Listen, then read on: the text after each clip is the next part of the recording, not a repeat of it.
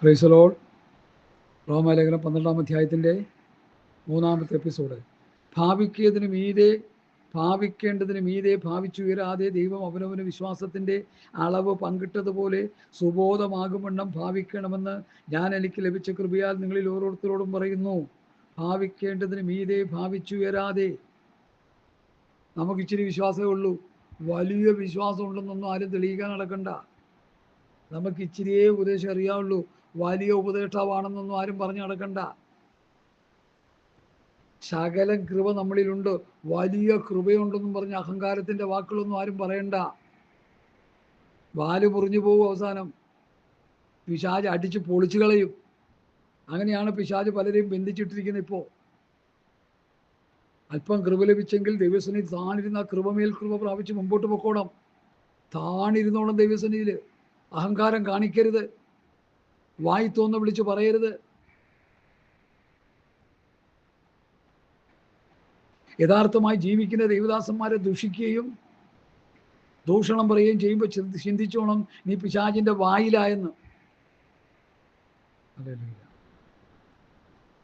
സ്തോത്രം, സ്തോത്രം, സ്തോത്രം, സ്തോത്രം.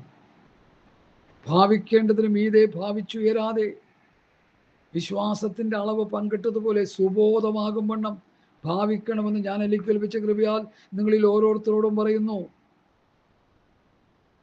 എന്ന് പറഞ്ഞിട്ട് അടുത്ത് പറയുന്ന ഭാഗം ശ്രദ്ധിക്ക്. ഒരു ശരീരത്തിൽ നമുക്ക് പല അവയവങ്ങളുണ്ടല്ലോ. സഭ ക്രിസ്തുവിൻ്റെ ശരീരം എന്നുള്ള ഉപദേശം പൗലോസ് സ്ഥാപിക്കുക ഇവിടെ. ഒരു ശരീരത്തിൽ നമുക്ക് പല അവയവങ്ങളുണ്ടല്ലോ, എല്ലാ അവയവങ്ങൾക്കും പ്രവൃത്തി ഒന്നല്ല താനും. അതുപോലെ പലരായ നാം ക്രിസ്തുവിൽ ഒരു ശരീരവും എല്ലാവരും തമ്മിൽ അവയവങ്ങളുമാകുന്നു. ആ സഭ ക്രിസ്തുവിൻ്റെ ശരീരം, തല ക്രിസ്തു. ഏത് അവയവമാണെന്ന് ആദ്യം തിരിച്ചറിയണം. ഒരു ശുശ്രൂഷയും ഏൽപ്പിക്കപ്പെടാത്തവരുണ്ട്. എന്നിട്ട് ശുശ്രൂഷ എന്ന് പറഞ്ഞ് നടക്കുന്നവരുണ്ട്. സാത്താൻ വിഴുങ്ങിയിട്ടിരിക്കുക അവരെയൊക്കെ. എനിക്ക് ദൈവം ശുശ്രൂഷ ഏൽപ്പിച്ചെങ്കിൽ ഞാൻ ചെയ്യുക, അല്ലെങ്കിൽ ശാന്തമായിട്ടിരിക്കുക. ഒരു മണ്ണാങ്കട്ടെ അറിഞ്ഞുകൂടാതെ ദൈവവചനമെടുത്ത് പ്രസംഗിക്കാൻ നടക്കുന്ന പല പ്രിയപ്പെട്ടവരും എനിക്കറിയാം. അവരൊക്കെ സാത്താൻ്റെ വയറ്റിലാണ് ഇന്ന്. മനസ്സിലാക്കണോ? അത് കുഞ്ഞു കളിക്കുന്ന കാര്യമല്ലേ ഇത്. ഞങ്ങളെ ദൈവവചനം പഠിപ്പിച്ച ദൈവദാസൻ എന്നോട് വ്യക്തമായി പറഞ്ഞു, നിങ്ങളെ ദൈവം പുതിയ നിയമം പ്രസംഗിക്കാൻ ദൈവം നിങ്ങളെ തിരഞ്ഞെടുത്തിരിക്കുന്നു എന്ന് പറഞ്ഞ് പ്രാർത്ഥിച്ച് വേർതിരിച്ചപ്പോഴാണ് മനസ്സിലായത്, ചിലപ്പോൾ അതിനായിരിക്കാം. എനിക്ക് എപ്പോഴും പേടിയായിരുന്നു. എനിക്ക് ഇത് പറയാനുള്ള യോഗ്യത എനിക്കില്ല, അതിനുള്ള അറിവില്ല, കഴിവില്ല, പ്രാപ്തിയില്ല, യാതൊരു പരിജ്ഞാനവുമില്ല. പിന്നെ ഞാൻ അങ്ങനെ പറയും? അതെ, ജ്ഞാനമില്ലാത്തവന് ജ്ഞാനം കൊടുക്കുന്നവൻ, ശക്തിയില്ലാത്തവന് ശക്തി കൊടുക്കുന്നവൻ, കൃപയില്ലാത്തവന് കൃപ കൊടുക്കുന്നവൻ, ഏതുമില്ലെന്ന് പറഞ്ഞ് ഏൽപ്പിച്ചു കൊടുത്താൽ. പണ്ട് ഒരു പാസ്റ്റർ പറയുമായിരുന്നില്ലേ, ബാബു ജോൺ പാസ്റ്റർ എപ്പോഴും പറയും, നമ്മളൊരു തെണ്ടിയെപ്പോലെ ദൈവസന്നിധിയിൽ ചെല്ലുക. തെണ്ടി എന്ന് പറഞ്ഞാൽ അർത്ഥം നമ്മൾ മനസ്സിലാക്കണം. എനിക്കൊന്നുമില്ല, എനിക്കൊന്നും അറിയില്ല, എനിക്ക് പ്രസംഗിക്കാൻ അറിയില്ല, എനിക്ക് പാടാൻ അറിയത്തില്ല, എനിക്ക് പ്രാർത്ഥിക്കാൻ അറിയത്തില്ല, എനിക്ക് വചനം പ്രസംഗിക്കാൻ അറിയത്തില്ല, എനിക്ക് പഠിപ്പിക്കാൻ അറിയത്തില്ല, ഞാൻ കഴിവില്ലാത്തവനാണ്, ഞാൻ കഴിവ് കെട്ടവനാണ്, എനിക്ക് യാതൊന്നും അറിയില്ല, എന്നെ പഠിപ്പിക്കണമേ, എന്നെ ഗ്രഹിപ്പിക്കണമേ, എനിക്ക് കൃപ തരണമേ, എനിക്ക് പ്രസംഗിക്കാൻ കൃപ തരണമേ, എനിക്ക് വചനം പ്രഘോഷിപ്പാൻ കൃപ തരണമേ, എനിക്ക് പഥ്യവചനം പഠിപ്പിക്കാൻ കൃപ തരണമേ. ദൈവസന്നിധിയിൽ പ്രാർത്ഥിച്ചാൽ ദൈവം കൃപ തരും. നിങ്ങളിൽ ഒരുവൻ ജ്ഞാനം കുറവാകുന്നെങ്കിൽ ഫൽസിക്കാതെ ഔദാര്യമായി കൊടുക്കുന്ന ദൈവത്തോട് യാചിക്കട്ടെ, അപ്പോൾ ദൈവം അവന് കൊടുക്കുമെന്നാണ് യാക്കോബ് പഠിപ്പിച്ചത്. ഒരു മണ്ണാങ്കട്ട അറിയാതെ എന്തെങ്കിലും കേട്ടുകൊണ്ട് പോയി അതും ഇതും ചെയ്യാൻ പോയാൽ എന്ത് പറ്റുമെന്ന് അറിയാം. അതായത് പിശാച് വിഴുങ്ങും പിടിച്ച്. ഒത്തിരി പേരെ പിശാച് വിഴുങ്ങിയിട്ടിരിക്കുക. അനുഭവം കണ്ടോണ്ട് ഞാൻ പറയുക. മറ്റുള്ളവരെ ചീത്തം പറഞ്ഞുകൊണ്ടിരിക്കുക. ഹല്ലേലൂയ. അതുകൊണ്ട് എന്നെ കേൾക്കുന്ന പ്രിയപ്പെട്ടവരെ, ഞാൻ ചെയ്ത തെറ്റിനെതിരെ കൊള്ള നടത്തിയിട്ടുണ്ടെങ്കിൽ, കാശ് മേടിച്ച് പറ്റിച്ചിട്ടുണ്ടെങ്കിൽ, വല്ലവരും ചതിച്ചിട്ടുണ്ടെങ്കിൽ, എൻ്റെ മുമ്പ് വന്നവൻ പറയണം, ഇയാൾ എന്നെ ചതിച്ചു, ഇയാൾ എന്നെ നശിപ്പിച്ചു, ഈ കുട്ടി ഇയാളുടേതാണെന്ന് പറയണം. അങ്ങനെ പറഞ്ഞാൽ പിന്നെ അവന് ശിക്ഷയില്ല. ഹല്ലേലൂയ. അതുകൊണ്ട് ദൈവദാസന്മാർ എത്രത്തോളം അവരെ സൂക്ഷിക്കണം. ഒരു 5 പൈസ നമ്മൾ ആർക്കും കൊടുക്കാനുണ്ടെന്ന് ആരും നമ്മളെക്കുറിച്ച് പറയരുത്. വെറുതെ ആണെങ്കിലും പോലും പറയാൻ അവസരം കൊടുക്കരുത്. ഇവിടെ വെറുതെ അല്ല പറയുന്നത്, ലക്ഷങ്ങൾ തട്ടിച്ചും മറിച്ചും ചതിച്ചും വെച്ചിട്ട് ഇപ്പോഴും നീതിമാന്മാരെ ചമഞ്ഞ് നടക്കുന്നവരുണ്ട്. എനിക്ക് അവരെ ഓർത്ത് ഞാൻ കരയുക, ദുഃഖിക്കുക, സാത്താൻ അവരെ വിഴുങ്ങിക്കളഞ്ഞല്ലോ എന്ന് ഓർത്ത്. പ്രിയമുള്ളവരെ, ലംഘനം മറച്ചു വെക്കുന്നവന് ശുഭം വരികയില്ല. അവയെ ഏറ്റുപറഞ്ഞ് ഉപേക്ഷിക്കണം. ഒരു കള്ളപ്രവാചകൻ, ദുരുപദേഷ്ടി ആരാന്ന് ചോദിച്ചാൽ അവൻ കുറ്റം സ്വയം ഏൽക്കുകയില്ല, സ്വയം നീതീകരണം നടത്തിക്കൊണ്ടിരിക്കും. അവിടെയാണ് കുഴപ്പം. 2 കള്ളന്മാരെ യേശുക്രിസ്തുവിൻ്റെ അപ്പുറത്തും ഇപ്പുറത്തും ക്രൂശിച്ചു. ഒരുത്തൻ പറയുക, നീ ദൈവപുത്രനെങ്കിൽ ഞങ്ങളെയും രക്ഷിക്കുക, നിങ്ങളെയും രക്ഷിക്കുക, എന്നെയും രക്ഷിക്കുക, നിന്നെയും രക്ഷിക്കുക എന്നൊക്കെ പറഞ്ഞു. അടുത്ത് കിടക്കുന്നവൻ എന്താ പറഞ്ഞു? സമശിക്ഷാവിധിയിലായിട്ടും നീ ദൈവത്തെ ഭയപ്പെടുകയെന്നില്ലയോ? നമ്മൾ ചെയ്ത തെറ്റിന് എത്രേ നമ്മൾ ഈ ശിക്ഷ അറിയിക്കുന്നത്, ഇവൻ അരുതാത്തതൊന്നും ചെയ്തിട്ടില്ലല്ലോ. കേട്ടോ, ക്രൂശിൽ കിടന്ന നല്ല കള്ളൻ. ആ കള്ളനെ കുറിച്ചൊരു ദേവദാസൻ പറഞ്ഞൊരു ചിന്ത എന്നെ ഇളക്കിമറിച്ചു. ആയുസ് മുഴുവൻ കട്ടുമുടിച്ച് അവസാനം ക്രൂശി കയറി ക്രൂശി കിടന്നുകൊണ്ട് സ്വർഗരാജ്യവും മോട്ടിച്ചെടുത്തെന്ന്. ഓ, എത്ര അത്ഭുതകരമായൊരു ചിന്തയാണ്. കുരിശിൽ കിടന്നുകൊണ്ട് അവൻ കുറ്റങ്ങൾ ഏറ്റുപറഞ്ഞ്, ഇവൻ അരുതാത്തതൊന്നും ചെയ്തിട്ടില്ല, നാമോ ചെയ്ത കുറ്റത്തിന് എത്രയേ ശിക്ഷ അനുഭവിക്കുന്നത്. യേശുവേ, നീ രാജ്യത്വം പ്രാപിച്ചു വരുമ്പോൾ എന്നെയും ഓർത്തുകൊള്ളണേ. ഒരു ചെറിയ റിക്വസ്റ്റ്, അതോടെ അവൻ ദൈവരാജ്യത്തിൻ്റെ അംശയായി മാറി. പത്രോസ് 3 തൂപ്പുകാരുടെ മുൻപാകെ തള്ളി പറഞ്ഞു. കർത്താവ് അവനെ ഒന്ന് തിരിഞ്ഞു നോക്കി വലിയ കുറ്റബോധത്തോടെ അനുദപിച്ച് കരയാനിടയായി. യൂദയോ, ഞാൻ 30 വെള്ളിക്കാശിന് ഉറ്റിക്കൊടുത്തെന്നും പറഞ്ഞ് പുരോഹിതന്മാരുടെ മുമ്പിൽ പോയി പ്രസ്താവന നടത്തി. ഈ മുടിഞ്ഞവൻ നേരെ കർത്താവിൻ്റെ അടുക്കലേക്ക് വന്നെങ്കിലോ, ഗുരു, ഞാൻ അങ്ങയെ ഒറ്റിക്കൊടുത്തു, എന്നോട് ക്ഷമിക്കണമേ എന്ന് പറഞ്ഞ് ക്ഷമിക്കില്ലേ കർത്താവ്? തീർച്ചയായിട്ടും. പിന്നെ അതൊക്കെ ഒരു വചന നിവൃത്തിയാണെന്ന് വെച്ചോ, ഞാനിപ്പോൾ എന്താ പറയാൻ അതിനെക്കുറിച്ച്? ഒറ്റിക്കൊടുക്കണമെന്നും അവന് ചാകേണ്ടി വരുമെന്നൊക്കെ ഉള്ളത് മുന്നമേ ഉള്ളൊരു പദ്ധതി ആയിരിക്കാം. ഞാൻ അതിനെക്കുറിച്ചൊന്നും എനിക്ക് വിശദമായിട്ട് പറയാൻ ഞാൻ ആളല്ല. അറിയാൻ പാടില്ലാത്ത കാര്യങ്ങൾ ചുമ്മാ പറഞ്ഞ് മനുഷ്യനെ ഇമോഷനാക്കാൻ എനിക്ക് താല്പര്യമില്ല.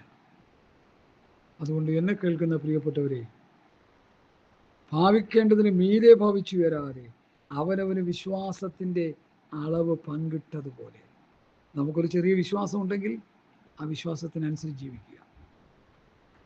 വലിയ വിശ്വാസമുള്ള ആൾക്കാരുടെ പ്രവൃത്തിയൊന്നും ചെയ്യാൻ പോകണ്ട. സാത്താൻ്റെ വായിലാകാൻ വേറെ പണിയൊന്നും വേണ്ട. അവനവന് ദൈവം കൊടുത്തിരിക്കുന്ന ഒരു സ്ഥാനമുണ്ട്, ഒരു അനുഭവമുണ്ട്, ഒരു ആത്മീക നിലവാരമുണ്ട്. നാം പ്രാപിച്ചെടുത്തിരിക്കുന്ന ഒരു ദൈവകൃപയുടെ മെഷർമെൻ്റ് ഉണ്ട്. അതിൻ്റെ ഉള്ളിൽ നിന്ന് ജീവിച്ചോണം. ശാന്തമായി ജീവിച്ച് സ്വർഗത്ത് പോവാം, കുഴപ്പമൊന്നുമില്ല.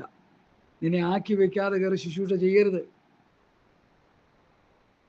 ദുഷ്ടനോട് ചോദിക്കുന്നു, എൻ്റെ വചനം നിന്റെ നാവിലെടുക്കാൻ നിനക്ക് എന്ത് കാര്യം? വചന വ്യവസ്ഥ വിട്ട് ജീവിക്കുന്നവർ ഈ വചനം വായിലെടുത്താൽ അവൻ പിശാചിൻ്റെ വായിലാണെന്ന് ഇനിയെങ്കിലും നമ്മൾ മനസ്സിലാക്കണം. ചിലരുടെ മുന്നറിയിപ്പിന് വേണ്ടി ഞാൻ പറയുക, മുന്നറിവിന് വേണ്ടി. ചക്കും ചുക്കും അറിഞ്ഞുകൂടാതെ ഇന്നും പുസ്തകം എടുത്ത് പ്രസംഗിച്ച് കിടക്കുക പലരും.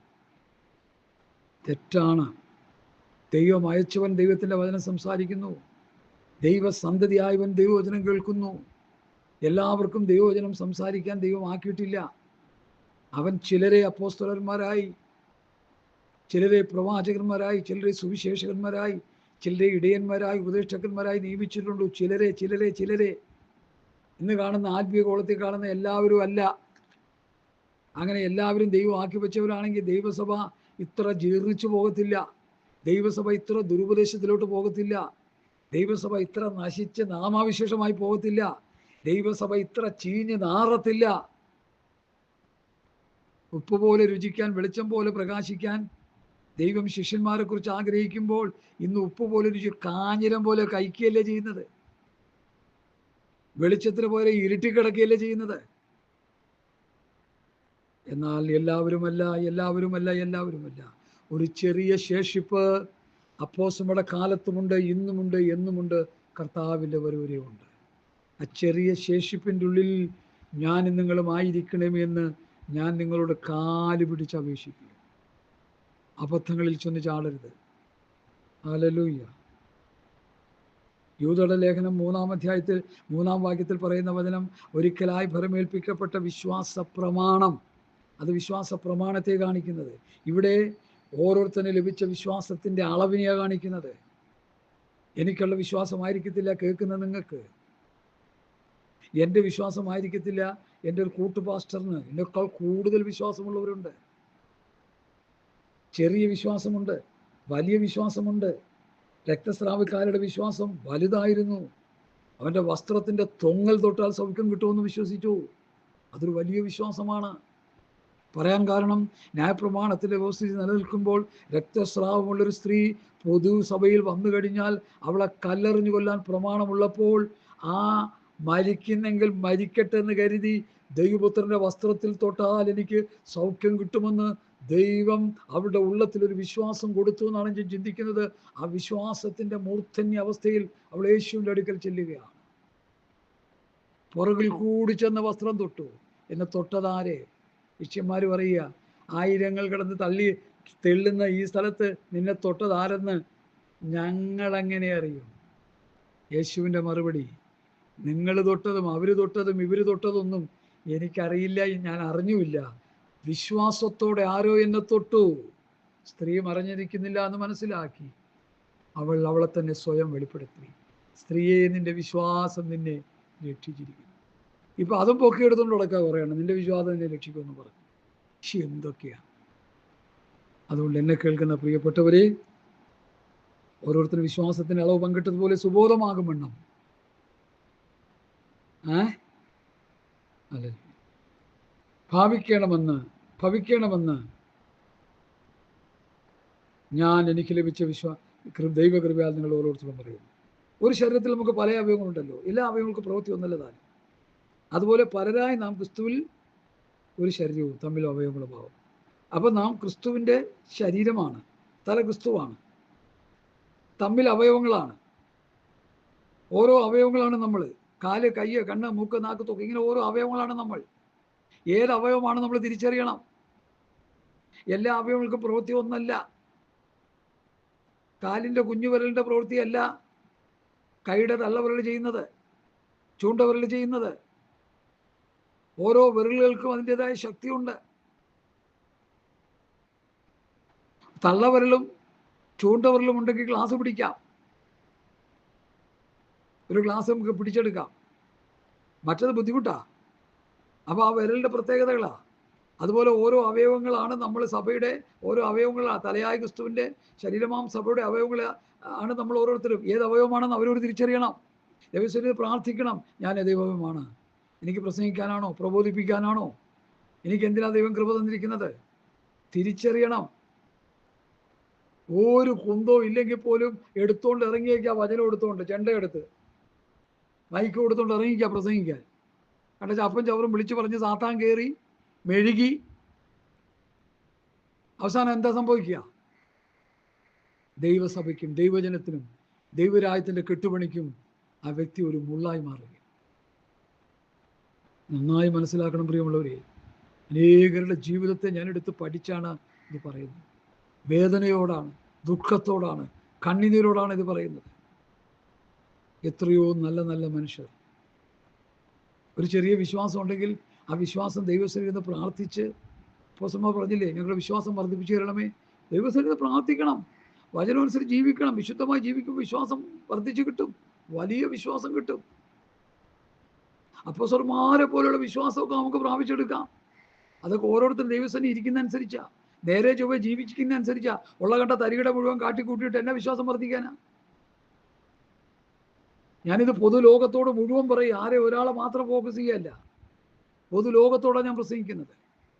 ആത്മീയ ഗോളത്തിൽ കിടക്കുന്ന വിശ്വാസികളോടെ ഞാൻ പ്രസംഗിക്കുന്നത്, ശുശ്രൂഷന്മാരോടെ പ്രസംഗിക്കുന്നത്.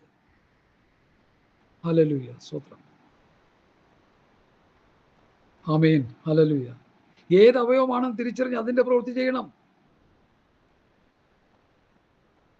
ആകയാൽ നമുക്ക് ലഭിച്ച കൃപയ്ക്ക് ഒത്തവണ്ണം നമുക്ക് വല്ല കൃപ വല്ലതും ലഭിച്ചോ?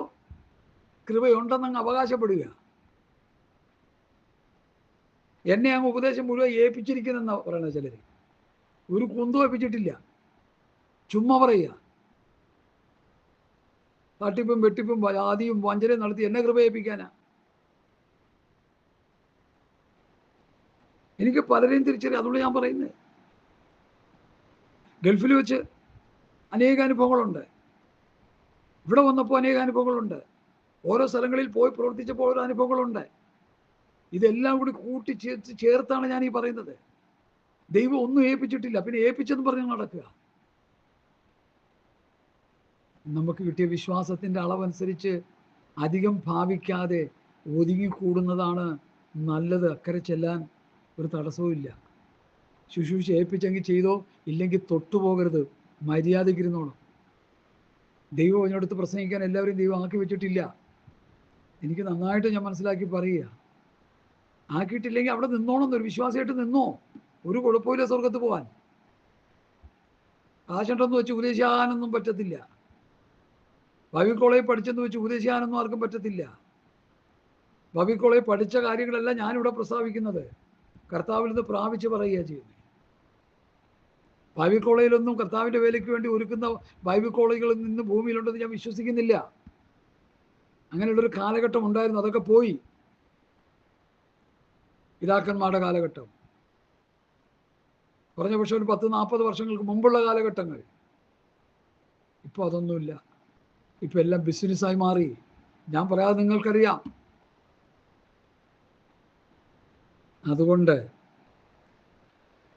നാം ക്രിസ്തുവിൽ ഒരു ശരീരവും എല്ലാവരും തമ്മിൽ അവയവങ്ങളുമാകുന്നു. ആകെ ലഭിച്ച നമുക്ക് കൃപയ്ക്കൊത്തവണ്ണം വെവ്വേറെ വരമുള്ളത് കൊണ്ട് പ്രവചനമെങ്കിൽ, ഇപ്പം പ്രവചിക്കാൻ ദൈവം കൃപ തന്നിട്ടുണ്ടെങ്കിൽ വിശ്വാസ പ്രമാണത്തിനൊത്തവണ്ണം, അവിടെ എഴുതിയിരിക്കുന്നത് വിശ്വാസത്തിനൊത്തവണ്ണം എന്നാണ്.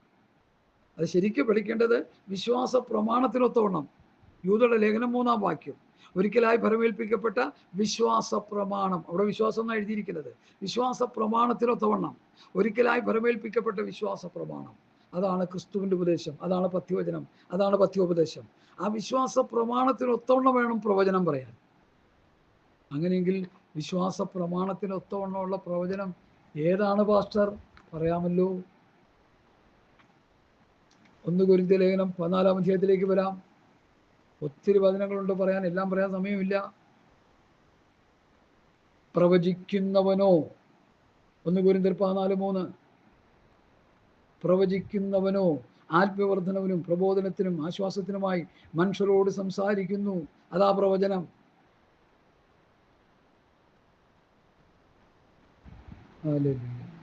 പ്രവൃത്തി പുസ്തകം 15-32 വാക്യം, യൂദയും ശീലാസും പ്രവാചകന്മാരാകയാൽ പല വചനങ്ങളെ കൊണ്ട് പ്രബോധിപ്പിച്ചുറപ്പിച്ചു, പ്രസംഗിച്ചുറപ്പിച്ചു. പല വചനങ്ങളെ കൊണ്ട്. യൂദയും ശീലാസും പ്രവാചകന്മാരാണ്. അവർ ദൈവവചനം പ്രസംഗിച്ച് സഭയെ ഉറപ്പിച്ചു. അതാണ് പ്രവചനമെന്ന് പുതിയ നിയമം പഠിപ്പിക്കുന്നു. ഇവിടെ പ്രവചിക്കുന്നവനോ ആത്മീയവർദ്ധനവിന്, പ്രബോധനത്തിന്, ആശ്വാസത്തിന് വചനം കൊണ്ട് ജനത്തെ പ്രബോധിപ്പിക്കുക, ഉപദേശിക്കുക. നീ നിന്നെ സൂക്ഷിക്കുക, ഉപദേശം സൂക്ഷിക്കുക. അങ്ങനെ ചെയ്താൽ നീ നിന്നെയും പ്രസംഗം കേൾക്കുന്നവരെയും രക്ഷിക്കും. ഒരു പാസ്റ്റർ അവരെ സൂക്ഷിക്കണം. തട്ടിപ്പും വെട്ടിപ്പും ചതിവും വഞ്ചനയെല്ലാം നടത്തിയിട്ട് തോതിയ പോലെ എന്നിട്ടൊന്നും പ്രസംഗിക്കാൻ ആർക്കും പറ്റത്തില്ല. അവരവരെ തന്നെ സൂക്ഷിക്കണം. നീ നിന്നെ സൂക്ഷിക്കുക, ഉപദേശത്തെ സൂക്ഷിക്കുക. ഉപദേശത്തിന് അണുവിട മാറരുത്. കണ്ട ദുരുപദേശങ്ങളിലൊക്കെ കിടന്ന് ഞെരങ്ങി ഇറങ്ങിയിട്ട് മറ്റുള്ളവരെ നന്നാക്കാൻ നടക്കുക പലരും. ഞാൻ കഠിനമായി ശാസിക്കും അവരെയൊക്കെ, എന്നോട് സംസാരിക്കാൻ വരുമ്പോൾ മാത്രം, അല്ലാതെ ഇല്ല. അങ്ങോട്ട് കയറി പറയേണ്ട കാര്യമില്ല. നിന്നെ സൂക്ഷിക്കുക, ഒരു ചുമന്ന പക്ഷി നിന്റെ മേൽ വീഴാതിരിക്കാൻ. ഒരു സഹോദരൻ വന്നിട്ട് പറയും, ഒരു പരസ്യബോധം നടത്തിക്കൊണ്ടിരിക്കുക. പരസ്യബോധത്തിന് പ്രാർത്ഥിക്കാൻ നേരത്ത് നമുക്ക് പ്രാർത്ഥിക്കാൻ പറഞ്ഞ പാസ്റ്റർ പ്രാർത്ഥിക്കാൻ പോകാൻ നേരത്ത് ഒരു സഹോദരൻ പറഞ്ഞു, പാസ്റ്റർ പ്രാർത്ഥിക്കല്ലേ, നമ്മൾ തമ്മിൽ ഒരു സാമ്പത്തിക ഇടപാടുണ്ട്, അത് തന്നിട്ടൊന്ന് പ്രാർത്ഥിച്ചോളാൻ പറഞ്ഞു. പോയാ എൻ്റെ കഷണ്ടിക്കാരൻ്റെ കഷണ്ടി സംഹാര വിൽപ്പന പോലെ വലിയ തലക്കെട്ടും കെട്ടി കഷണ്ടി സംഹാരി എന്നും പറഞ്ഞ് വിറ്റുകൊണ്ടിരിക്കുക. മരുന്നിങ്ങനെ വാങ്ങിച്ചുകൊണ്ടിരിക്കുക. എല്ലാവരും കഷണ്ടിയാണല്ലോ, എനിക്കും ഉണ്ട് കഷണ്ടി. മുടി വളർന്നു വരണമെങ്കിൽ വരണോട്ടെന്ന് കരുതി എല്ലാവരും കാശും നോക്കാതെ വാങ്ങിച്ചുകൊണ്ടിരിക്കുക. പല പ്രാവശ്യം കുനിഞ്ഞ് കാശ് ഇടുകയും എടുക്കുകയും ചെയ്ത സമയത്ത് തലക്കെട്ടം കഴിഞ്ഞു വീണു. ഒരൊറ്റ മുടി പോലും ഇല്ല. കഷണ്ടി സംഹാരി വിൽക്കുന്ന വിൽപ്പനക്കാരൻ. അതുപോലെ ഇന്നത്തെ സുവിശേഷ വേല, കട്ടയും പടവും മടക്കിയിട്ട് പഴയ പണിക്ക് പോയിക്കോ, അതാ നല്ലത്. ദൈവമാക്കി വെച്ചിട്ടുണ്ടെങ്കിൽ ശുശ്രൂഷ ചെയ്തോ, ഇല്ലെങ്കിൽ സ്ഥലം വിട്ടോ. അവസാനം നരകത്തിൽ കിടന്നു പുഴുവരിക്കേണ്ടി വരും. എനിക്കിത് പറയാതിരിക്കാൻ നിവൃത്തിയില്ല. ഹല്ലേലൂയ, സ്തോത്രം. ഞാൻ ആധികാരികമായി പറയുക, ആധികാരികമായി ദൈവകൃപയിൽ ശരണപ്പെട്ട് പറയുക. ഈ അപ്പോസ്തല ഉപദേശം പ്രസംഗിക്കുന്നതുകൊണ്ട് ഞാൻ അനുഭവിക്കുന്ന കഷ്ടതകളുടെ ഒരു വലിയ കൂമ്പാരമുണ്ട്. പക്ഷെ അതെല്ലാം അനുഭവിക്കാനുള്ള കൃപ കർത്താവ് തന്നുകൊണ്ട് മുമ്പോട്ട് പോകുന്നു. അല്ലെങ്കിൽ നിൽക്കാൻ പറ്റത്തില്ല. അതുപോലെ അനുഭവിച്ചുകൊണ്ടിരിക്കുക വേദനകൾ. ഹല്ലേലൂയ, സ്തോത്രം. അതുകൊണ്ട് എന്നെ കേൾക്കുന്ന പ്രിയപ്പെട്ടവരെ, പ്രവചിക്കുന്നെങ്കിൽ നീ എങ്ങനെ ചെയ്യണം? വിശ്വാസ പ്രമാണത്തിനൊത്തവണ്ണമുള്ള പ്രവചനം. അതവിടെ പൗലോസ് പറയുന്നത്. പ്രവചിക്കുന്നവനോ വിശ്വാസത്തിനൊത്തവണ്ണം, ശുശ്രൂഷിക്കുന്നവനോ ഉപദേശത്തിനനുസരിച്ചുള്ള ശുശ്രൂഷ, ഉപദേശിക്കുന്നവനോ ഉപദേശത്തിൻ്റെ വ്യവസ്ഥയ്ക്കനുസരിച്ചുള്ള ഉപദേശം, അപ്പോസ്തലന്മാരുടെ ഉപദേശം വ്യവസ്ഥാപിതമായിട്ടുള്ള ഉപദേശം. അപ്പോസ്തലന്മാർ സഭയെ പഠിപ്പിച്ചതുപോലെ നാമും സഭയെ ഉപദേശിച്ച് പഠിപ്പിക്കണം. ഞാൻ നിന്നോട് കൽപ്പിച്ചതൊക്കെ പ്രമാണിപ്പാതെ കൊണ്ട് ഉപദേശിച്ചുകൊണ്ട് സകല ജാതികളെയും ശിഷ്യരാക്കിയിരുന്ന് കർത്താവ് പറഞ്ഞു. അവരത് പ്രസംഗിച്ചു, അവരത് ഉപദേശിച്ചു. ഇന്നത്തെ ഉപദേശിമാർ അവർക്ക് തോന്നുന്നതൊക്കെ ഉപദേശിച്ചുകൊണ്ടിരിക്കും. ഓരോരുത്തർ തത്വജ്ഞാനം പ്രസംഗിക്കുന്നതാണ്. 1 മണിക്കൂർ 2 മണിക്കൂർ സുവിശേഷ പ്രസംഗത്തിൽ മുഴുവൻ തത്വജ്ഞാനമാണ്. പത്രോസിന്റെ പഠനം നിങ്ങൾ കേട്ടല്ലോ. ഒരുവൻ പ്രസംഗിക്കുന്നെങ്കിൽ ദൈവത്തിന്റെ അരുളപ്പാട് സംസാരിക്കുന്നത് പോലെ സത്യവചനത്തെ യഥാർത്ഥമായി പ്രസംഗിച്ചുകൊണ്ട്. പത്രോസ് കൊർന്നല്യോസിന്റെ വീട്ടിൽ വന്നപ്പോൾ ചരിത്രം ഞാൻ എപ്പോഴും പറയാറുണ്ട്. എന്താ പറഞ്ഞ്? നീ വന്നത് ഉപകാരം, ദൈവം നിന്നോട് കൽപ്പിച്ചതൊക്കെയും കേൾപ്പാൻ ഞങ്ങൾ ഇതെല്ലാവരും ഇവിടെ കൂടിയിരിക്കും.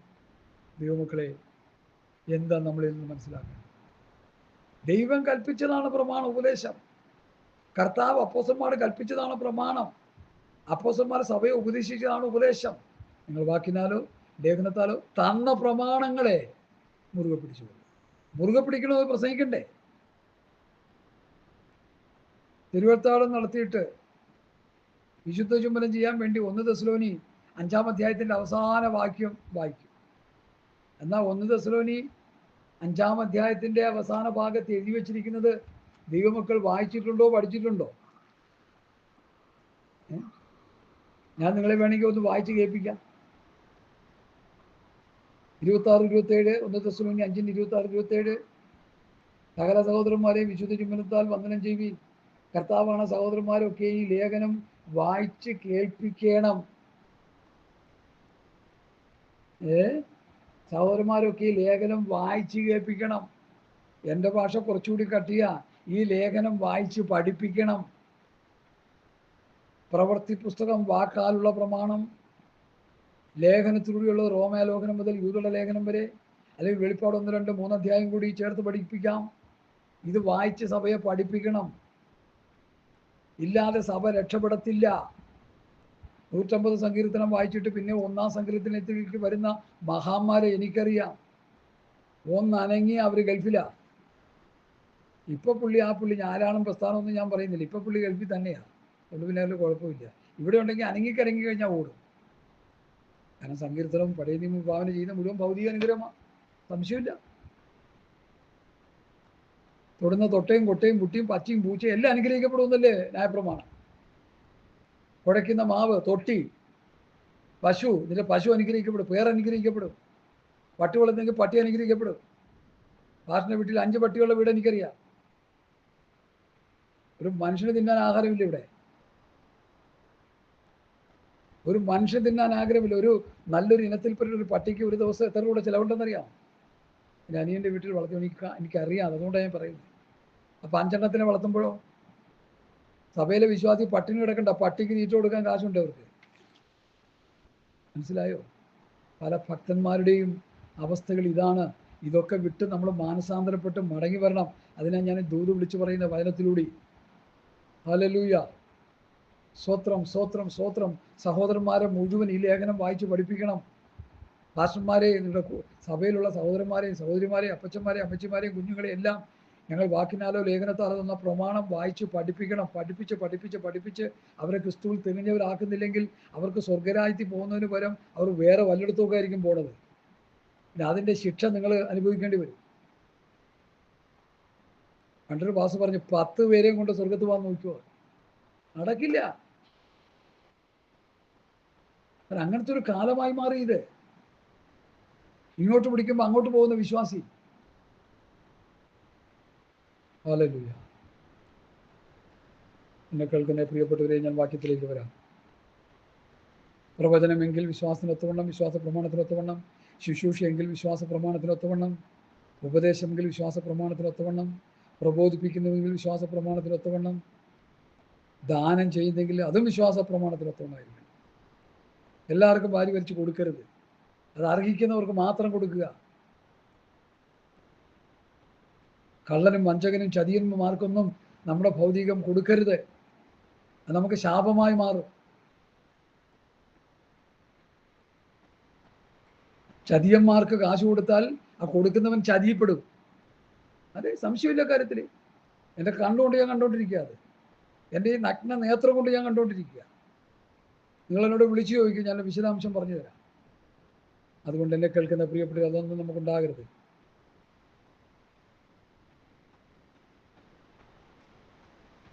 കരുണ ചെയ്യുന്നവൻ ഉത്സാഹത്തോടെ ആകട്ടെ. സ്നേഹം നിർവ്യാജമായിരിക്കട്ടെ. അപ്പം നിർവ്യാജ സ്നേഹം നമുക്കുണ്ടാകണം. എന്താ ഈ നിർവ്യാജ സ്നേഹം? എന്താ ഈ നിർവ്യാജ സ്നേഹം എന്ന് പറഞ്ഞു? ശുദ്ധ ഹൃദയം, നല്ല മനസ്സാക്ഷി എന്നിവയാൽ ഉളവാകുന്ന സ്നേഹം. 1 തിമോഥെയോസ് 1:5. ശുദ്ധ ഹൃദയം, നല്ല മനസ്സാക്ഷി, നിർവ്യാജ വിശ്വാസം എന്നിവയാൽ ഉളവാകുന്ന സ്നേഹം, അതാണ് യഥാർത്ഥ സ്നേഹം. ഇനിയെങ്കിലും മനസ്സിലാക്കിക്കോ. സ്നേഹം നിർവ്യാജമായിരിക്കട്ടെ. തീയതിനെ വെറുത്ത് നല്ലതിനോട് പറ്റിക്കൊള്ളുക. തീയതിനെ വെറുക്കുക, നല്ലതിനോട് പറ്റിക്കൊള്ളുക.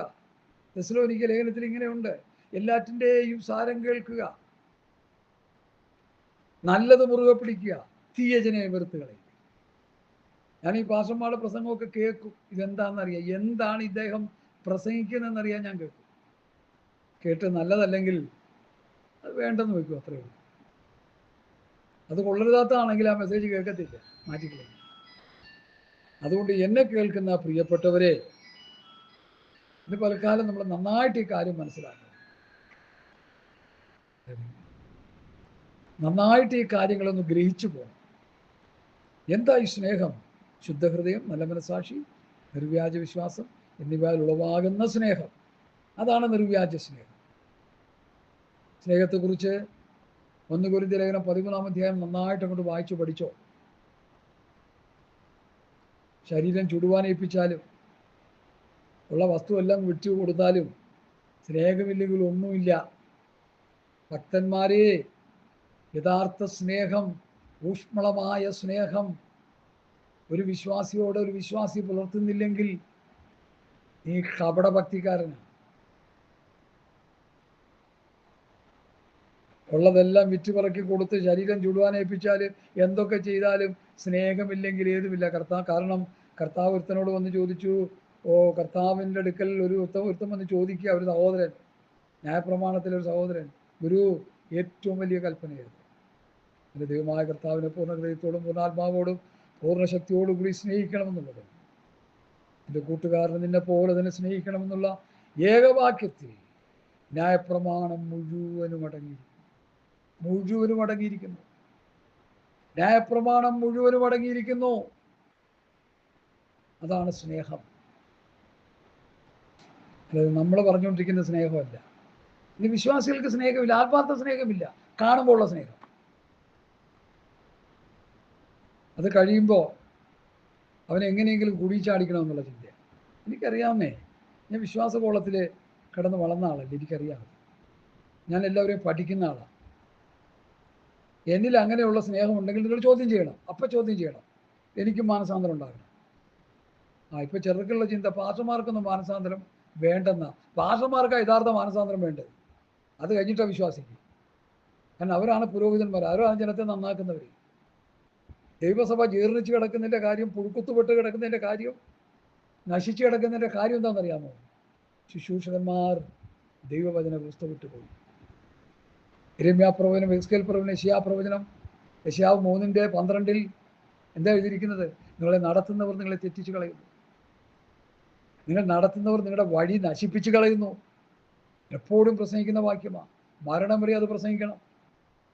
എന്തായാലും ചില ഭാഷന്മാരൊക്കെ നന്നാകുന്നെങ്കിൽ നന്നാകട്ടെ, അതിനുവേണ്ടി. അല്ലെ, തീയതിനെ വൃത്തി നല്ലതിനോട് പറ്റിക്കൊള്ളുന്നു. സഹോദര പ്രീതിയിൽ സായികൊണ്ട് ബഹുമാനിക്കുന്നതിൽ അന്യോന്യം മുന്നിട്ട് കൊള്ളുന്നു. ഉത്സാഹത്തിൽ മടുപ്പില്ലാതെ ആത്മാവിൽ എരിവുള്ളവരായി കർത്താവിനെ സേവിപ്പി.